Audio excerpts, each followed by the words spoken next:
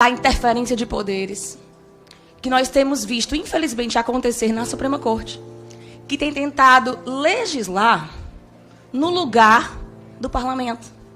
Seria aqui aonde brancos, negros, héteros, homossexuais, homens e mulheres, crianças, adultos, teriam, de fato, os seus direitos protegidos.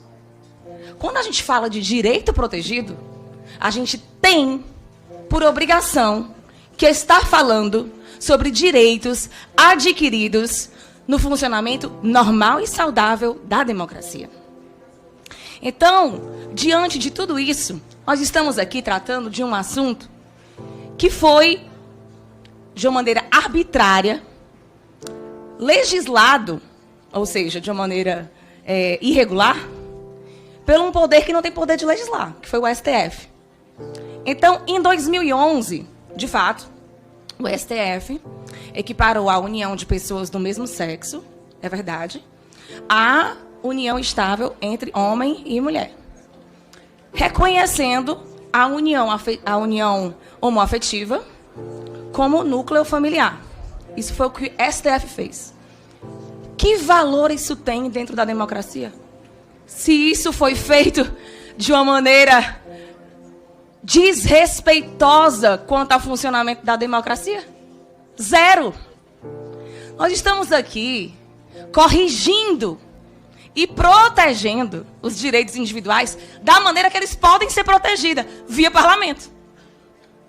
Então, se alguém está fazendo um trabalho sério, se alguém está preocupado com a democracia, é quem trabalhou para que esse projeto pudesse ser apreciado nessa casa. Então, no momento em que esse projeto de lei, veja só, apresentado pelo STF, se é que isso existe, porque o STF nem tem o poder de apresentar projeto de lei, quando ele reconhece, quando ele muda o conceito de família, tem que passar por aqui. É a Constituição Federal que diz o que é família. Aliás, ela nem diz, viu? Ela apenas reconhece. Porque a família, ela existe antes da Constituição. A família, ela existe antes do Estado. Antes de haver a política, a família já havia. Então, a Constituição Federal, ela vem e ela só reconhece, olha, existe a família. E ela é homem e mulher. Pronto. Queremos mudar isso? Então, tem que mudar a Constituição Federal. Agora, o que nos assombra é que esse pessoal que usa no seu discurso diversidade, reconhecimento da existência do outro, respeito à dignidade humana e às mais diferentes formas de amor, esse pessoal, que é um pessoal do PT e companhia, ficou mais do que uma década no poder e não apresentou nessa casa um trabalho de respeito para que fosse, sim, reconhecido aqui. Cadê onde vocês estavam? Onde vocês estavam quando homossexuais lutavam para ter protegido pelo menos seu contrato civil? Onde vocês estavam? Porque a população LGBT sofreu tantos anos? Porque a população LGBT não foi digna de representação nessa casa, que tem o direito legítimo para criar direitos verdadeiros e consolidados na lei? Fizeram uma gambiarra com o STF? É isso? É isso que o governo PT tem para oferecer para a população LGBT? É gambiarra. Que vergonha. Que vergonha. Nesse sentido, presidente, eu até parabenizo a iniciativa do relator de trazer o assunto para o lugar do assunto. E o deputado que me antecedeu, ele falou que a principal preocupação dele era a democracia, né? Vamos ver quem esse pessoal tem como exemplo de democracia, já que o deputado federal que me antecedeu é do partido PSOL, apoiador de Lula. É o pessoal que usa a camisa do Che Guevara, assassino de homossexuais. Esse pessoal tem Che Guevara, um assassino de homossexuais, sabe como o quê? Como um grande líder da democracia.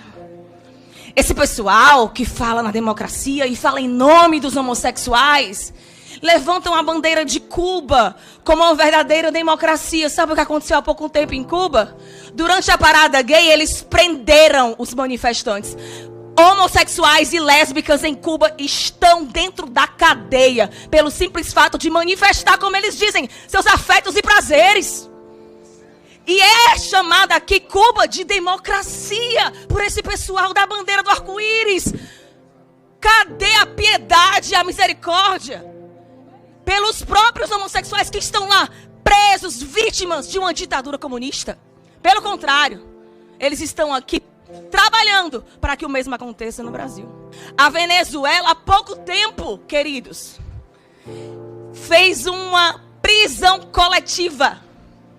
Há pouco tempo prendeu mais de 30 homens porque estavam numa sauna gay. Cadê a liberdade individual desse pessoal na Venezuela? Se o próprio Lula está dizendo que sabe o que é isso? Sabe o que é prender 30 homossexuais por serem homossexuais? É excesso de democracia. Sabe o que é prender 30 pessoas por causa da sua orientação sexual? É excesso de democracia. E recebe o ditador que prendeu esses 30 homossexuais com tapete vermelho em nossa nação, chamando ele de democrata. Aonde vocês estavam? Cadê o pessoal? Cadê o pastor piedoso? Cadê? Onde eles estavam? Eu tive que ouvir aqui na boca de alguém que se diz pastor, que diz que esse projeto, ou os que o apoiam, eles não reconhecem a existência do outro. Não reconhecem a existência do outro. Olha só. Alguém que se diz pastor, deputado do PSOL, partido esse, autor da DPF 442 que está no STF, mandando matar quem já existe e está dentro do ventre materno. Mandando matar aquele que o médico está dizendo, está ali a cabecinha, está ali o pezinho, está ali a mãozinha, e eles estão dizendo, mata, porque não representa nada, não existe e não merece dignidade. É esse pessoal que está dizendo que somos nós que não reconhecemos a existência do outro. Mas a Bíblia que ele citou também já falava. Em 2 Timóteo 3,5. Falava de homens que no fim dos tempos, eles terão uma aparência de piedade, mas sem a eficácia dela. Eles terão a aparência de piedade, a linguagem de piedade, o termo de piedade, mas na hora de defender um bebê dentro do ventre da mãe, não haverá piedade. Não haverá. O bebê merecerá a pena capital. A pena que nem o pior dos assassinos recebe no Brasil, que é a pena de morte. Um bebê. Ah, mas só são 12 semanas. Não é assim? Não existe, não merece respeito, nem dignidade. Ele terminou o discurso dele, o suposto pastor, citando diversas pessoas. E eu quero parabenizar, porque ele citou pessoas tão diversas, que entre elas, tem algumas que foram denunciadas por homofobia. Ele citou João Willis, que o Ministério Público denunciou por homofobia. E ele botou João Willis como a razão dessa luta. Claro, se ele defende Che Guevara, Nicolás Maduro e Cuba, ele pode defender outro homofóbico como João Willis, por que não?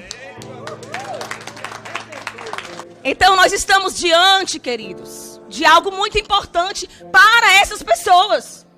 Nós estamos diante de algo para uma população que é diferente da maioria.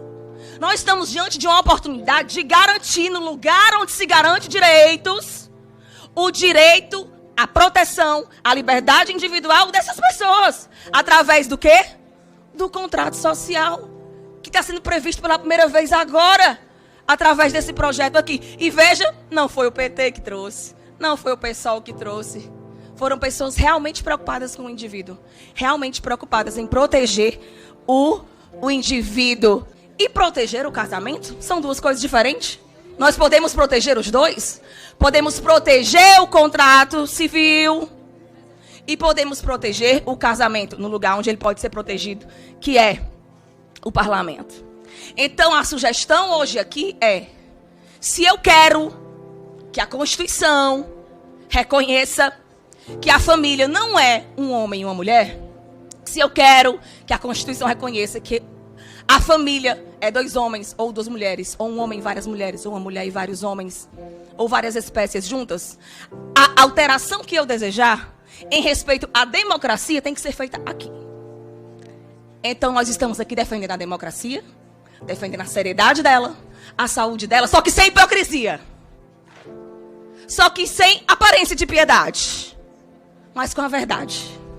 Porque a verdade, sim, ela pode nos libertar a nós, ao outro, a quem é igual e a quem é diferente.